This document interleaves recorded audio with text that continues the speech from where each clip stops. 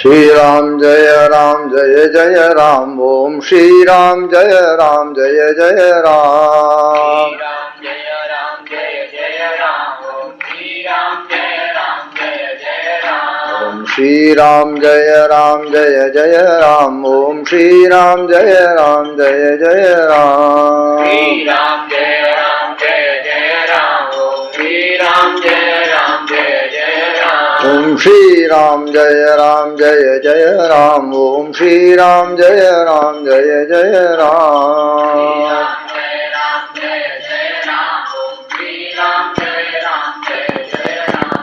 श्री राम जय राम। ओम श्री राम जय जय राम। ओम श्री राम जय जय राम। ओम श्री राम जय जय राम।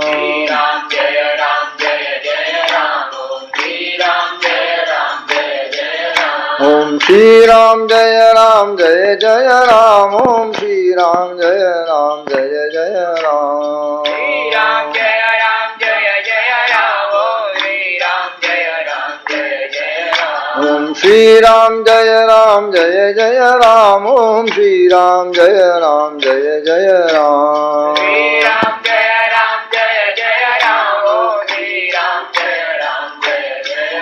ओम श्री राम जय जय राम। ओम श्री राम जय जय राम। श्री राम जय जय राम। ओम श्री राम जय जय राम। बोल रामचंद्र भगवान की जय। सद्गुरु महाराज की जय। आनंदमय दिव्य आत्मस्वरूप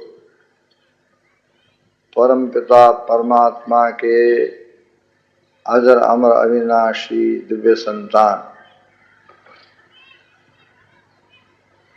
सातवां अखिल गुजरात दिव्य जीवन परिषद के द्वितीय दिवस के बपोरना सत्संग में बैठेला आपण बधु मुमुक्षु भगवत भक्त धर्म प्रेमी सत्संगी एटले स्वरूप में अविनाशी आत्माओं ने मैं वंदना करूं छू।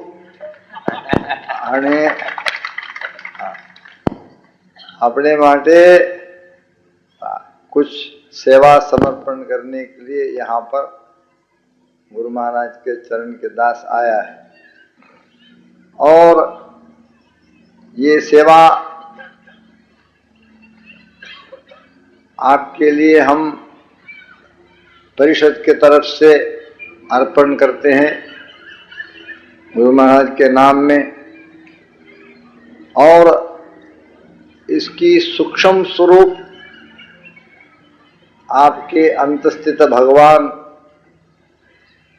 अंतर्यामी प्रभु, जिसके लिए आपके शरीर सक्रिय सजीव चलता फिरता मंदिर है, पत्थर से बना हुआ मंदिर नहीं है, तटस्थ स्थावर मंदिर नहीं है, लेकिन जंगम मंदिर, सजीव सक्रिय मंदिर। उस मंदिर में जो अंतस्थित भगवान है, उनके चरणारविंद में ये वक्तव्य यद्यत कर्म करोमि तत्तदखिलम शंभो तवाराधनम, ऐसा भाव से आराधना के रूप में अर्पण किया जाता है। ये मंदिर समझो तो उसको पवित्र रखेंगे। ये भगवान का मंदिर नहीं है, ये भगवान का मंदिर है, ऐसा आपके अंदर ये याद नहीं है, इसकी विस्मृति है, तब इसके द्वारा कई प्रकार के अनुचित चेष्टा कर पाएंगे। ये मंदिर है, भगवान यहाँ बैठा है, ऐसा हमेशा आपके अंदर होश हो, हमेशा अंदर आपके अंदर ये जागृति हो, तब इस मंदिर को जैसा उचित रूप में रखना है, उनके लायक रखना है, ऐसा ही रखेंगे। उनके योग्य चेष्टा ही इसके द्वारा होगा। काया वाचा मनसा, मन की विचार, हृदय की भावना, वाणी, सब उनके लायक पवित्र योग्य ऐसा रहेगा। तो इसी के लिए ये जो मार्मिक एक बात है, एको देव सर्वभूतेषु गूढ़ः सर्वव्यापी सर्वभूतांतरात्मा, कर्माध्यक्षः सर्वभूतादिवासः। कैसा? साक्षी चेता केवलो निर्गुणश्च, साक्षी के रूप में, चैतन्य स्वरूप, साक्षी चैतन्य के रूप में। और जो गुणावगुण दोष इत्यादि सत्वरज तम आसुरी संपदा दैवी संपदा ये सब शरीर में, मन में, अंतःकरण में, बुद्धि में है, तो वो उसको बाधित नहीं करता है, वो अपना निर्गुण अवस्था में रहता है। उनके लिए हमारे जो ये यहाँ के प्रपंच के सृष्टि की प्रकृति के जो गुण इत्यादि है, वो विकृति उनको स्पर्श नहीं कर सकता है, वो निर्लिप्त है, निरुपाधिक है। और इसलिए साक्षी चेता केवलो निर्गुणश्च, इस रूप में वो एको देव सर्वभूतेषु गूढ़ा, सर्वव्यापी सर्वभूतांतरात्मा सर्वभूतादिवासा। ये सत्य को आप हमेशा आपके हृदय में रख करके इस सत्य को नहीं भूले, अपने आप आपके आचरण सदाचार होगा, अपने आप आपका चरित्र उत्तम निर्मल चरित्र होगा, अपने आप आपके जीवन दिव्य जीवन होगा, अनायासेन सहज रूपेण। क्यों? जब वो बैठा है, उसका ये मंदिर है, उनके प्रति आपके लिए सद्भावना है, तो भय रहेगा, उनके लिए आदर सत्कार सम्मान भावना रहेगा। कोई बहुत बुजुर्ग आदमी, बड़े आदमी के सामने पास हम बैठे रहें, अनुचित कार्य तो नहीं करेंगे। जितने भी चंट बंदर जैसा स्कूल का लड़का हो, यदि स्ट्रिक्ट क्लास टीचर आ जाता है, क्लास में बैठ जाता है, तो चुपचाप रह जाता है, अपना बंदरपन सब समेट करके अंदर रख लेता है। वो टीचर चले जाए तब 10 बंदर भी प्रकट हो जाए उनके अंदर से, लेकिन जब तक टीचर है तब तक ये इसी तरह से हमारे अंदर ये जो होश रहेगा, भगवान अंदर बाहर बैठा है, अंदर भी है, सामने भी है, सर्वत्र है, भगवान का सानिध्य में हमारा जीवन है। तो इसलिए हमारा जीवन उनके लिए उचित होना चाहिए, उनके लिए अनुचित होना नहीं चाहिए, नहीं तो भगवत अपचार हो जाएगा। ऐसा बात को हम हमेशा मन में रखें। और वो एको देव सर्वभूतेषु गूढ़ा है, तो उनके आराधना के स्वरूप में ये वक्तव्य, आपके सेवा के स्वरूप में ये वक्तव्य, और इस महान त्रिदिवसीय अध्यात्म और धार्मिक यज्ञ के तो इसमें आहुति के स्वरूप में इस यज्ञ में हम ये वक्तव्य अब आपके सामने रखते हैं। कई बातें हैं जो साधक जीव आध्यात्मिक जीवन में, योग मार्ग में हमेशा मन में रखना चाहिए, भूलना नहीं चाहिए, विस्मृति उसका नहीं होना चाहिए। हमारे अंदर सब क्षमता भगवान ने भर के रखा है, हमारे लिए कोई कमी नहीं है। हम चाहे तो अभी अभी इसी वक्त में भगवान जैसा बन सकते हैं, परिपूर्ण बन सकते हैं। उसके लिए पूर्ण सामग्री भगवान ने हमारे अंदर रखा है। इतना तक कि तो शास्त्र पुराण कहता है कि देवलोक में देवता लोक भी वो मानव लोक में आकर के मनुष्य बनना चाहते हैं, क्योंकि देवता लोक में जो देवता लोग हैं वो जो कैवल्य मोक्ष साम्राज्य की वो अवर्णनीय जो आनंद, वो जो अवस्था को प्राप्त करके धन्य हो सकता है जीवात्मा मानव लोक में आकर के, वो देवता लोग उसको नहीं प्राप्त कर सकते। केवल भोग भूमि है, भोगते भोगते जब पुनः जिस महान पुण्य कार्य के फलस्वरूप वो भोग उनको प्राप्त हुआ, तो वो पुण्य की प्रभाव जब खत्म हो जाएगा, पुनः यहीं पर इसी लोक में वो आना पड़ता है। अंततो गत्वा मोक्ष के संभावना केवल मात्र ये मानव लोक में, ऐसा कहते हैं, ऐसा कहते हैं। इस पर विश्वास रखें तो आपके सौभाग्य कितना है आप स्वयं जान सकते हैं। मानव लोक यद्यपि ये शरीर यातना शरीर है, सुख दुख आदि भोग को भोगने के लिए है, इसमें जन्म मृत्यु जरा व्याधि दुख इत्यादि है, राग द्वेष है, क्लेश कलह है, संकट है, लेकिन एक महान गुण है, वो क्या है? ये मानव लोक, ये मनुष्यत्व मोक्ष के द्वार है।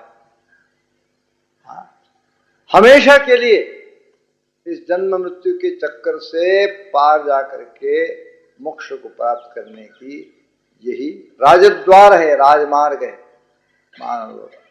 तो ये एक महान गुण जो इसमें है, तो इसमें जितने भी अन्य कमी कमजोरी अवगुण दोष इत्यादि है उसको सब कंपेंसेट करके उससे भी ज्यादा बन जाता है, वो कैंसिल हो जाता है, सब कैंसिल हो जाता है। इतना महत्वपूर्ण ये मानव लोक है, इतना महत्वपूर्ण ये अवस्था है, बहुत अत्यंत दुर्लभ प्राप्य है। तो इसको आपने प्राप्त किया है, आपके परम सौभाग्य है। इसलिए दुर्भाग्य की ओर ज्यादा ध्यान नहीं देना, उसको सहन कर लेना और सौभाग्य की ओर ध्यान देते हुए उसका पूर्ण लाभ उठाने के लिए कोशिश करना। आवतु काले नथी आजे, हाँ गुरु महाराज बोलते थे DIN, कोई नया बात नहीं बोला। कबीरदास जो बोला, कल करे जो आज कल, आज कर आज करे जो अब। पल में है तो आयु चले जाता है, उसलिए जो कल कर सको अभी कर लो। जो आज कर सकते हो सायंकाल तक अब कर लो। बोला जब चिड़ियन खेती चुग डाली, तो तब पश्चाताप भोग करके क्या प्रयोजन है।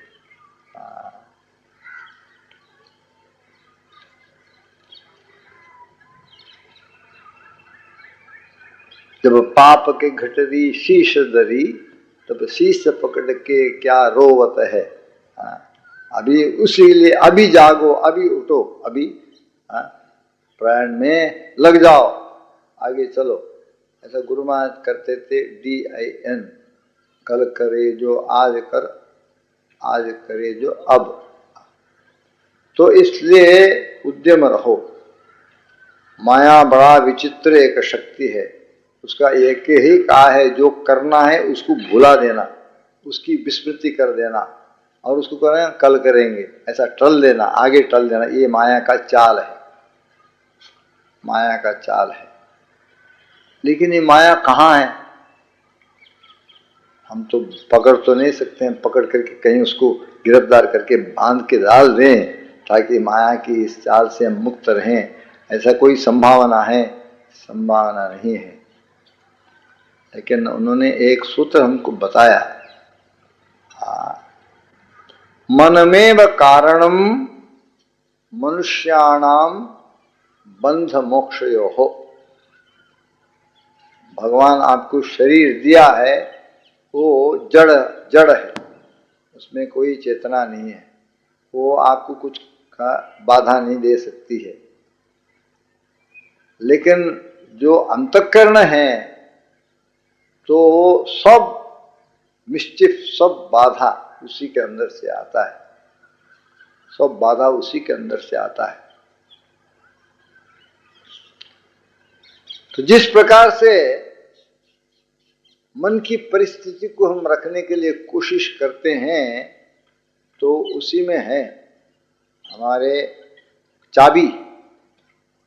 हम बद्ध होकर के रोते रोते फिर यहाँ आना है, या मुक्त होकर के एकदम यहाँ से निहाल होकर के एकदम आनंद और शांति और पूर्णता के अनुभव में सदा के लिए स्थापित हो जाना है, धन्य हो जाना है। उस मस्त आनंद में ही हमेशा के लिए नित्य अवस्था को प्राप्त करना है, धन्य होना है, कृतज्ञ। वो किसमें है? आपके मन के परिस्थिति के ऊपर है। मन की परिस्थिति जैसा है वैसा आपके जीवन है, जैसा मति वैसा गति। अंग्रेजी में कहते हैं एज ए मैन थिंकeth सो ही बिकेमेथ। क्यों? सुक्ति पहलू विचार, तार पाछी वाणी,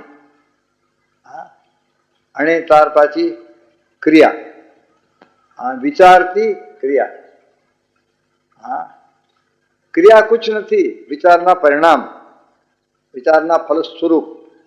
हाँ, सूक्ष्म आंतरिक विचार जब प्रकट होए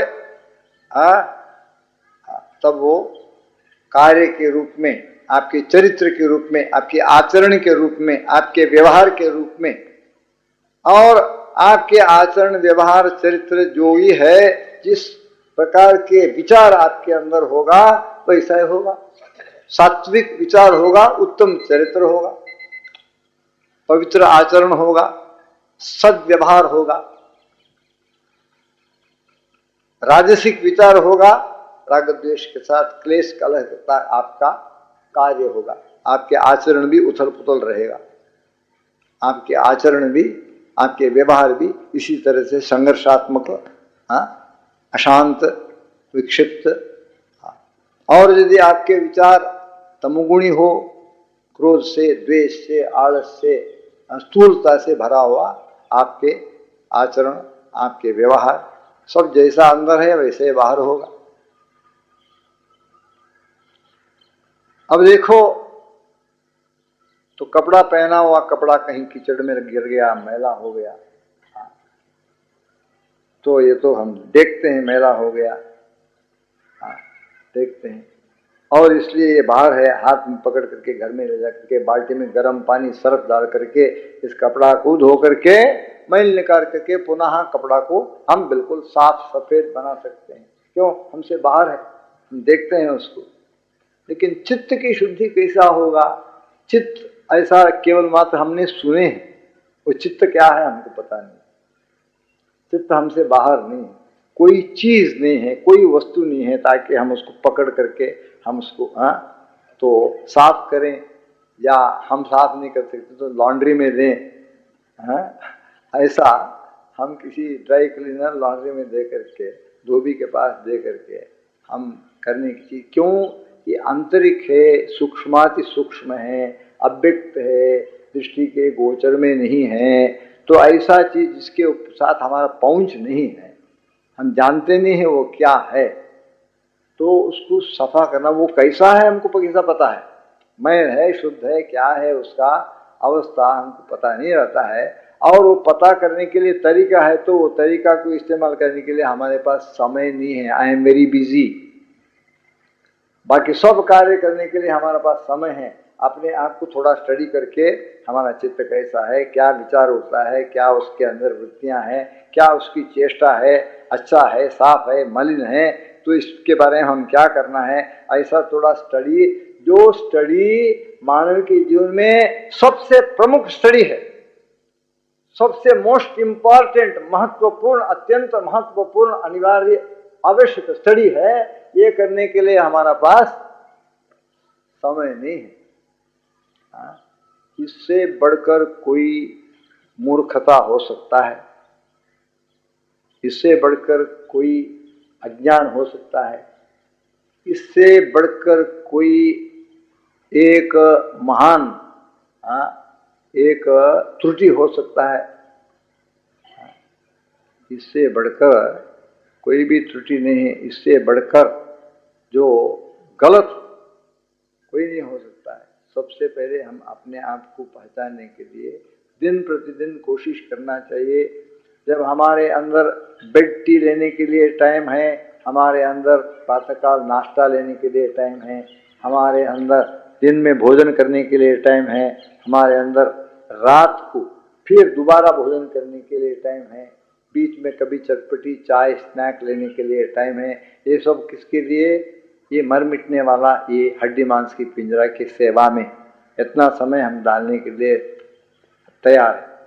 और कभी कभी तो ये रसनेंद्रिय हमें पकड़ लिया तो एक्स्ट्रा टाइम कर करके किसी रेस्टोरेंट में जा करके बैठ करके आधा पौना घंटा कुछ अच्छी तरह से पूरी बासुंदी सब खा करके 10-20 रुपया खर्चा करके आने के लिए भी टाइम है. लेकिन जो चीज हमारा जन्म साफल्य और जन्म बर्बादी, इसको निर्णय करने वाला जो अत्यंत आवश्यक ये सेल्फ स्टडी, आत्मनिरीक्षण, इसके लिए हमें समय नहीं है. कितना उल्टा विचार है, कितना गलत विचार है, कितना विपरीत बुद्धि है, ये हमारे विनाश के लिए, तो ये विपरीत बुद्धि, शनि शनि शनि, आस्ते आस्ते आस्ते जा करके बर्बादी, ऐसा करना उचित नहीं है। भारतवर्ष में हमारा जन्म है, ये भारतवर्ष के एक अनोखा विचित्र एक विशेषता है। भारतवर्ष बहुत प्राचीन काल में मानव इतिहास के पूर्व से ही तो हमारे दिव्यता को पहचान लिया, दिव्यता को पहचान लिया। इंसान का दिव्यता को उन्होंने अनुभव के आधार पर जान लिया, जान करके आह्वान करते हैं, शृण्वन्तु सर्वे अमृतस्य पुत्राः, संबोधित करते हैं। नहीं कि ये मरने वाले इंसान ऐसा नहीं संबोधित करते हैं, सुनो सुनो सब अमृत के पुत्र जो आप अमर हैं, आपके लिए मृत्यु नहीं है। ऐसा राष्ट्र है जिस राष्ट्र में इतिहास के पूर्व प्राचीन वेद के युग में ही हमारा दिव्यता, हमारा ये अमर आत्म तत्व उन्होंने पहचान करके, जान करके हमें बोला कि ये तुम्हारा सच्चा निज स्वरूप है, इसको पहचानना चाहिए, तुम पहचान करके तुम धन्य हो जाना चाहिए करके। ये आत्मज्ञान के प्राप्ति ही मानव जन्म के मनुष्य के मुख्य परम लक्ष्य है, ऐसा करके घोषित किया हुआ राष्ट्र है आपके मातृभूमि। ये मातृभूमि में जन्म लिया है आपने, ये मातृभूमि के जो भूमि में पैदाश होता है उस अनाज को खाया है, उस पानी को पिया है। आपके अंदर एक आध्यात्मिकता सहज रूप में हर एक भारतीय के अंदर आध्यात्मिकता है, लेकिन वो जागृत करने की ही सवाल है। और इस प्रकार से जागृत करने के लिए ही तो हर एक पीढ़ी में संत महापुरुष आकर के जागृत करते ही गए हैं। और हमारे शताब्दी में हमारे परम सौभाग्य है, केवल मात्र इस प्रकार की आह्वान करके, इस प्रकार की घोषणा दे करके, ए मानव तुम अमर आत्मा हो, ये मनुष्य जीवन अमूल्य पुरस्कार भगवान ने दिया हुआ गोल्डन चांस है, रेयर अपॉर्चुनिटी है, ऐसा बार बार तुमको मौका नहीं मिलेगा। इसका परम सदुपयोग करके अभी इसी जन्म में तुम अपना आप को पहचान करके, अपना दिव्यता को पहचान करके उस दिव्य आनंद के भागी बनो। इसमें देर मत करो, तो कब आएगा वो मृत्यु पता नहीं है, उसलिए अभी अभी से साधना में लग जाओ करके गुरु महाराज स्वामी शिवानंद ने तो अपना जन्म पर एकमात्र ही अपना जीवन कार्य करके तमाम भारतवर्ष को, तमाम दुनिया को जागृति देने में लग गए थे। और इनके अनोखता ये है, इनकी विचित्रता ये है, केवल मात्र जागृत करके प्रेरणा देकर के हमको छोड़ नहीं दिया, शुरू से लेकर के आखिर तक कदम कदम किस तरह से साधना करना चाहिए, क्या क्या करना चाहिए, क्या अभ्यास करना चाहिए, भक्ति मार्ग की क्या क्या साधना है, तो राजयोग की क्या क्या साधना है, निष्काम कर्मयोग की क्या क्या साधना है, और वेदांत की ज्ञानियों की क्या क्या साधना है, जप की क्या साधना है, संकीर्तन की क्या साधना है, हठयोग की कुंडलियों की क्या साधना है। माने कोई भी बात नहीं रह गया जो कि उन्हें आध्यात्मिक साधना और भगवत साक्षात्कार के विषय में हर एक डिटेल को क्या बोलते हैं, हर एक विवरण तो नहीं किया, कोई चीज बाकी नहीं रह गया। साधना नामक इतना बड़ा चौपड़ी रखा है, जितने हमारे धर्म ग्रंथ है, उपनिषद है, गीता है, भागवत है, महाभारत है, रामायण है, पुराण शास्त्र है, जिसमें सब ग्रंथों में जो जो साधना के बारे में विवरण दिया है उसको सब संकलन करके हमें ये विचित्र एक किताब की अनुदान किया है। गुजराती में अपन उसका ये है तर्जुमा हुआ है। गीता में क्या साधना के बारे में बताया है, रामायण में क्या साधना के बारे में बताया है, योग वशिष्ठ में साधना के बारे में क्या बताया है, भागवत महापुराण में साधना के बारे में क्या बताया है, और उपनिषद में साधना के बारे में क्या बताया है, पुराणों में साधना के बारे में क्या बताया है, और शैव सिद्धांत ग्रंथों में साधना के बारे में क्या बताया है, वैष्णव ग्रंथ में, शास्त्र ग्रंथ में। माने जीवन में मानव साधना करके भगवत साक्षात्कार प्राप्त करने के लिए जिस जिस धर्म ग्रंथ में जिस जिस जगह में भी जो संत में जिस मजहब में क्या क्या बताया वो सब उसमें संकलित करके है। विविध साधना क्यों? हर एक मानव की जितना भी रुचि वैचित्र्य हो, हर मानव के लिए उचित सूटेबल साधना उन्होंने बता करके महान अनुकंपा किया है, जिसके ऊपर हमें क्या जरूरत है। तो इनका जो लिखा हुआ मार्गदर्शन के वास्ते दिया हुआ साहित्य की थोड़ा भी दशांश भी शतांश भी हम थोड़ा अध्ययन करें, हम निहाल हो जाएंगे, जन्म साफल्य को प्राप्त कर लेंगे। गुरु महाराज बोलते हैं, हमें अभी कहते रहे कि ये चित्त है, ये शुद्ध है अशुद्ध है, इसमें क्या वृत्ति है, क्या उसकी परिस्थिति है, क्या अवस्था है, हम क्या जाने, ये तो अंदर है, खोपड़ी के अंदर, हम सुना है इसका नाम, जानते नहीं है। तो इसके वास्ते गुरु महाराज ने ये कार्य को आप स्वयं करके, जैसा कि एनाटॉमी वाले फिजियोलॉजी वाले पूरा के पूरा शरीर को चीर फाड़ करके हर एक अंग प्रत्यंग अंदर के आंतरिक कोश अवयव क्या क्या है, कैसा काम करता है, किस परिस्थिति है, इसलिए उसके वास्ते सुरक्षा के लिए आप क्या क्या करना चाहिए करके हमको समझाया है, पूरा के पूरा डाइसेक्ट करके स्टडी करके, तो उसका ज्ञान की तो लाभ हमको दिया है। इसी प्रकार से गुरु महाराज अपना साधना समय में, तपस्या और ध्यान और योगाभ्यास के समय में पूरा के पूरा दिन प्रतिदिन आधा घंटा, पौना घंटा, 10 मिनट, 15 मिनट नहीं है, घंटों घंटों तक इस मन के अंदर जाकर के अंतर्मुखी बना करके सेल्फ स्टडी, आत्मनिरीक्षण, स्वयं परीक्षा करके पूरा के पूरा मन की अंतःकरण की स्टडी करके वो पूरा परिचय हमको एक अतुल्य, एक विचित्र ग्रंथ में हमको दिया है। मन और उसका रहस्य और उसका निग्रह, mind, it's mysteries and control, इसको पढ़ने में पूरा के पूरा हमको मालूम हो जाता है। लेकिन एक बात है,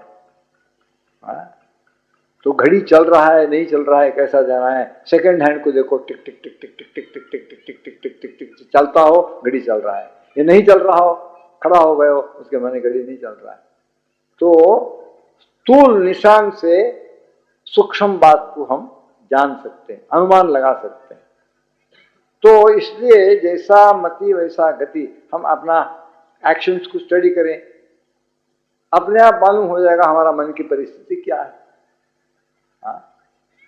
छोटे छोटे बात के लिए हमारा मन में क्रोध आ गया, क्रोध से हम बहुत चिल्ला करके बात किया, किसी को गाली दे दिया, किसी को अपशब्द बोल दिया, किसी को अपमान कर दिया, उसके माने ये है हमारा मन गड़बड़ है, हमारे चित्त में तमोगुण है, हमारे चित्त में आसुरी संपदा साम्राज्य को बसाया है, हमारे चित्त के अंदर क्रोध की बहुत ये है, संस्कार और वासना है, क्रोध की वासना। इसलिए पहले अपना कॉन्डक्ट को स्टडी करो, दैनिक जीवन में सुबह से शाम तक मेरा चेष्टा कैसा रहा, मैं कैसा बर्ताव किया, किस प्रकार से हमारा व्यवहार रहा दूसरों के साथ, क्या क्या बात हमारे मुख से निकला, तो किस प्रकार के हमारा मुंह के चेहरे में कैसा मुद्रा हमने दूसरों को बताया और क्या व्यवहार किया।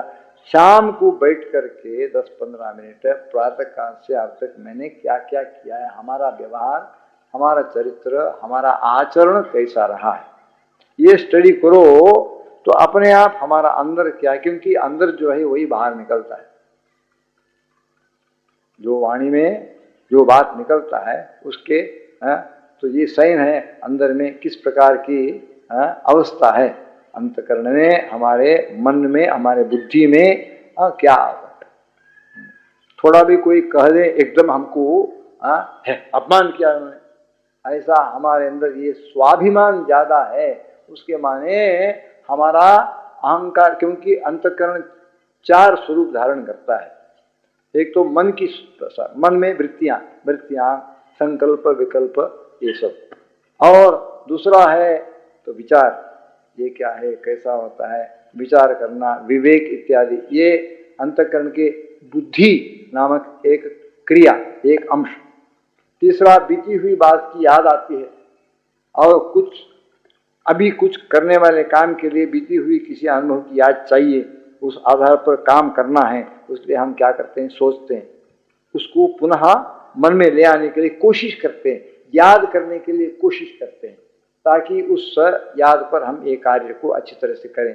वो उसको कहते हैं स्मरण शक्ति। वो स्मरण शक्ति वो सब बीती हुई बातों की सूक्ष्म बीज रूप में जो संस्कार वासना इत्यादि उसकी स्मरण है, स्मृति है, तो वो अंतःकरण की भाग को कहते हैं चित्त। चित्त की कार्य स्मृति सब अंदर रखना, बाहर निकालना, और इस सबको इकट्ठा करके इसके द्वारा कार्य करना, वो चौथा चीज, ये बड़ा खतरनाक चीज, बड़ा विचित्र चीज, सब समस्या उसी से निकलता है। वो क्या है? अहंकार, मैं, अहंकार।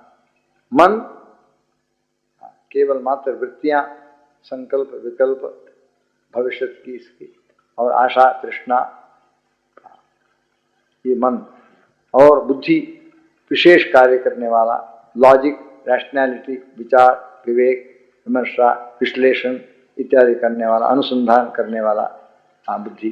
और चित्त स्मृति के स्थान, और इन तीनों के द्वारा कार्य करने वाला आप। लेकिन साचू आप नथी, खोटू आप। ये देहाध्यास के कारण चेतना में, जड़ में एक ऐसा कनेक्शन सा दिखाई देने वाला ये आप है। ये आपके खोटा, आपके अज्ञान जनित, अविद्या आश्रित ये मानव व्यक्तित्व की अहम, सब क्लेश, कलक, झगड़ा गेड़ा सब इसी में, सब स्वार्थ, सब अभिमान, सब इसी के आधार पर है। ये अहंकार, ये अहंकार हमारे अंदर कितना मात्रा में है, ये अहंकार के कारण आज के व्यवहार में कितना हम तो क्रोध कर लिया है। तो जिस किसी ने कुछ गलत कह दिया है तो हमने समझा कि इन्होंने हमारा अपमान किया। अपन उनके अंदर बेचारे में कोई अपमान करने के बिल्कुल विचार रहा भी नहीं होगा, सहज रूप में कुछ बोला होगा, लेकिन हमने उसके ऊपर गलत अर्थ डाल करके हमको अपमान कर दिया, तो उनके ऊपर दुश्मनाई। ये जितना अहंकार एक व्यक्ति को सताता है, ऐसा कोई भी सताने वाला नहीं है। बड़ा चित्र हिंसा करता है, यदि आप जानते हैं। लेकिन इस अहंकार को ही आपके परम मित्र समझ करके आप बैठे हुए।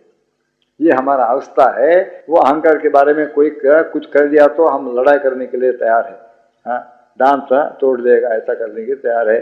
जो चीज हमारा अभिशाप है, जो चीज हमारा महान रोग है, हमारे सबसे त्रास देने वाला महान एक चित्र हिंसा करने वाला एक, उसी को हम सब कुछ मान करके उसको पुष्टित करके रखने के लिए हम कोशिश करते हैं।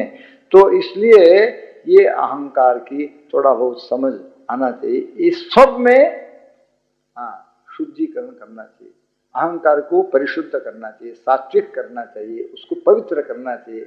पवित्र अहंकार, मैं कौन हूँ, मैं फलाना हूँ, ऐसा हूँ, ऐसा नहीं। मैं कौन हूँ? मैं भगवान के चरण के दास के दास के दास के दासानुदास हूँ।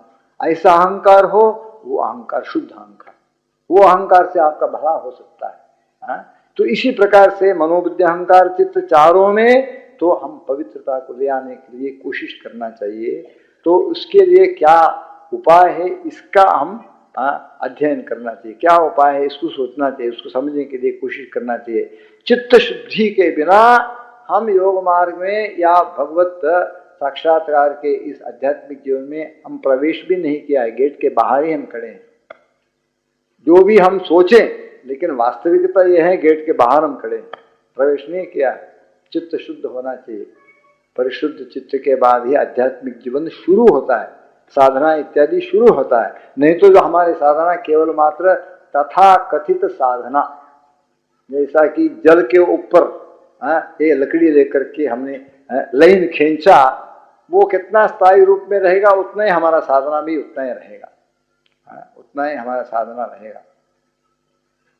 बापूजी एक गुजराती कोई रिसालामा एक कविता देखो, वो इतना सरस उसका अर्थ रहे, तो उसको उन्होंने 1000 तो प्रतिलिपि उन्होंने छपवाया। उनके वीरनगर के अस्पताल के कमरे में रहा, मैंने देखा क्या छापा करके, ये बड़ा सुंदर कविता अर्थ है।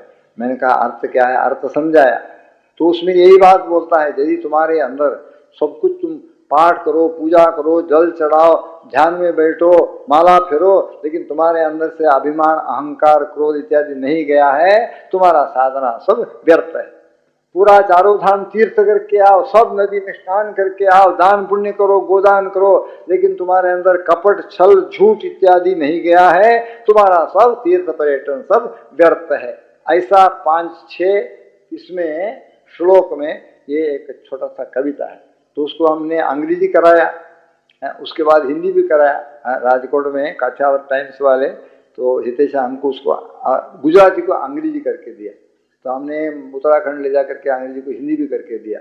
ये पढ़ना चाहिए। उसके माने जैसा वो शंकराचार्य लिखा है, तुम्हारे लिए सब कुछ हो, धन हो, संपत्ति हो, यश हो, विद्या हो, बुद्धि हो, सब कुछ हो, लेकिन गुरोरंग्रि पद्मे मनश्चेन्न लग्नम तथक्किम तथक्किम तथक्किम तथक्किम, ऐसा लिखा है ना। इसी तरह से जब तक हमारा हृदय पवित्र नहीं हुआ है, मन शुद्ध नहीं हुआ है, हमारा विचार, हमारा ख्याल, हमारा ये सब चित्त शुद्ध नहीं है, पवित्र नहीं है, मन सात्विक निर्मल नहीं है, तब तक उसके लिए कोशिश करना पड़ेगा। वही प्रथम साधना है और प्रमुख साधना है। क्यों? वो साधना हमारे तमाम आखा आध्यात्मिक जीवन के लिए क्या स्थान रखता है, जैसा इमारत के लिए बुनियाद स्थान रखता है। बुनियाद यदि ठीक हो, आप चाहे तो 5 मंजिली इमारत खड़े करो, 10 मंजिली या 20 मंजिली इमारत खड़ा करो, बिल्कुल ठीक रहेगा। लेकिन यदि बुनियाद नहीं है तो इमारत हम खड़ा नहीं कर सकते। इसलिए आध्यात्मिक जीवन के लिए, योगाभ्यास के लिए, साधना के लिए बुनियाद क्या है? तो परिशुद्ध चित्त, अंतःकरण, परिशुद्ध अंतःकरण। तो अंतःकरण परिशुद्ध करना है, अंतःकरण के बारे में हम ज्ञान को प्राप्त करना है। तो क्या है? ऐसा सत्संग में बैठ करके, ऐसा सभाओं में बैठ करके यदि शब्द उपदेश की श्रवण करें, तब हमारे अंदर अपने आप के बारे में जो आप स्वयं नहीं समझ पा सकते हैं, अपने आप के बारे में समझ हम प्राप्त करते हैं, क्योंकि सुनाते हैं, समझाते हैं अपने आप के बारे में। और दूसरा तरीका स्वाध्याय, सद्ग्रंथों के स्वाध्याय के द्वारा हम अपने आप के विषय में, मन के विषय में, हमारे अंतःकरण के विषय में, सत्व रज तमो गुण के विषय में, चित्त शुद्धि के विषय में, ये सब काम क्रोध आदि का लक्षण क्या होता है, सात्विक का पवित्र निर्मल चित्त का लक्षण क्या होता है, उसका चेष्टा क्या होता है, ये सब विवरण जो है हम स्वाध्याय के द्वारा सीख सकते हैं। इसलिए स्वाध्याय को बहुत प्रमुख स्थान दिया है, पातंजलि योग दर्शन में भी दिया है, सब आदमी में दिया है। और वेद स्वयं कहता है स्वाध्याय को एक दिन भी तुम निग्लेक्ट नहीं करना चाहिए, ऐसा वेद अपना उपनिषद कहता है। और शंकराचार्य भी कहते हैं स्वाध्याय को करना चाहिए, स्वाध्याय को प्रमाद नहीं करना चाहिए, निग्लेक्ट नहीं करना चाहिए। और तीसरा, खास करीने संतों चरित्र को पढ़ना। क्यों? संत अपना चरित्र के द्वारा तो पवित्र हृदय वाला, शुद्ध चित्त वाला, पवित्र आचरण वाला, सदाचारी कैसा बर्ताव करता है, ऐसा अपना व्यक्तिगत आदर्श जीवन में हमारे सामने उन्होंने एक रूपरेखा को बना करके, ब्लूप्रिंट बना करके रख देते हैं संत, गए हुए संत। इसलिए संत चरित्र पढ़ना साधक के लिए अत्यंत लाभदायक, अत्यंत मार्गदर्शक, अंधकार में प्रकाश देकर के हमें लक्ष्य की ओर ले जाने का शक्ति रखने वाला संतों की आदर्श चरित्र की अध्ययन और उनके चरित्र के ऊपर, उनके जीवन के ऊपर विचार। और चौथा, जो ऐसा ज्ञान प्राप्त करने की जो स्रोत है, विधि है, उपाय है, क्या है? भगवान तुमको आंख दिया है, भगवान तुमको कान दिया है, भगवान तुमको बुद्धि दिया है, जीवन में देखो, चारों ओर देखो, देख करके पहचानो मानव क्या चेष्टा करने में क्या दशा प्राप्त करता है।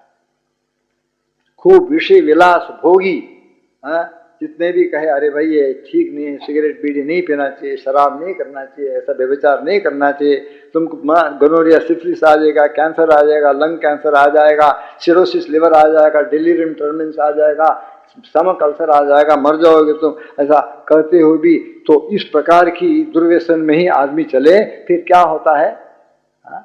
रोगग्रस्त होकर के खटिया में पड़ करके हाय हाय हाय हाय हाय हाय करके हजारों रुपए खर्चा करके उसके बाद यातना करके भोग के मर जाता है। इसको हम देखते हैं। देख करके हम भी एक पैकेट लेकर के हम स्मोक करने लग जाए तो खूब उल्लू है, हम मूर्ख है। इसलिए दूसरों के अनुभव को देख करके जीवन पर निगाह करो, जीवन को अच्छी तरह से देखो और विचार करके समझो। समझने तो बिना उस एक्सपीरियंस स्वयं जाते ही अपने आप संभाल करके हम अपना जीवन को संभाल सकते हैं, अच्छी तरह से हम सन्मार्ग में जा सकते हैं। ये नहीं कि हम स्वयं कटु अनुभव प्राप्त करके उसके बाद हमारा आंख खोलना है, हम बुद्धिशाली हो, नहीं। दूसरों के अनुभव से देख करके हम अपने आप के लिए सबक सीखना चाहिए, अपने आप होश जागृत हो जाना चाहिए, सचेत हो जाना चाहिए। तो इस प्रकार से तो जीवन को देखने से, संतों की चरित्र के अध्ययन करने से, दिन प्रति सद्ग्रंथों के स्वाध्याय करने से, ऐसा सत्संगों में बैठ करके श्रवण करने से जो हम अपने आप नहीं समझ सकते हैं अपने बारे में, हमारे अंतकरण के बारे में, हमारे स्वभाव के बारे में, इन तरीकों से हम सीख सकते हैं। इसी के लिए कहते हैं श्रवण करना चाहिए, सत्संग करना चाहिए, स्वाध्याय करना चाहिए, संतों की चरित्र के आदर्श को रखना चाहिए और हमेशा don't go through life like a blind person, go through life with your eyes and ears open, learn lessons through life and become benefited। इतना ही कह करके आज मैं अपना सेवा को संपूर्ण करता हूँ और भगवान इस सेवा के लिए मौका दिया, उसके लिए उनके चरणारविंद में हम अपना अत्यंत धन्यवाद को, अहो धन्यवाद को समर्पण करते हैं। गुरु महाराज को धन्यवाद देते हैं। 7वां दिव्य जीवन अखिल दिव्य जीवन गुजरात दिव्य जीवन परिषद के व्यवस्थापकों को हम धन्यवाद देते हैं। आप सब श्रोतागण यहाँ करके तो ये सेवा स्वीकार किया, शांतिपूर्वक बैठ करके आपको भी धन्यवाद दे करके भगवान का परिपूर्ण आशीर्वाद अनुग्रह वर्षा आपके ऊपर सदा बनी रहे। भगवान का आशीर्वाद, संतों की कृपा और गुरु की गुरु कृपा से आप इसी जीवन में, इसी शरीर द्वारा, इसी जन्म में तो जीवन के लक्ष्य को प्राप्त करके आप धन्य हो जाना चाहिए। ऐसा प्रार्थना और याचना भगवत चरण में सुन करके मैं समाप्त करता हूँ। हरि ओम। लोका समस्ता सुखिनो भवन्तु, लोका समस्ता सुखिनो भवन्तु, लोका समस्ता सुखिनो भवन्तु। असतो मा सद्गमय, तमसो मा ज्योतिर्गमय, मृत्योर्मा अमृतंगमय। ओम पूर्णमदः पूर्णमिदं पूर्णात् पूर्णमुदच्यते, पूर्णस्य पूर्णमादाय पूर्णमेवावशिष्यते। ओम शांति शांति शांति। कायेन वाचा मनसेन्द्रियैर्वा बुद्ध्यात्मना वा प्रकृते स्वभावात् करोमि यद्यत् सकलं परस्मै नारायणायेति समर्पयामि, नारायणायेति समर्पयामि, नारायणायेति समर्पयामि। हरि ओम तत्सत्। ब्रह्मार्पणमस्तु।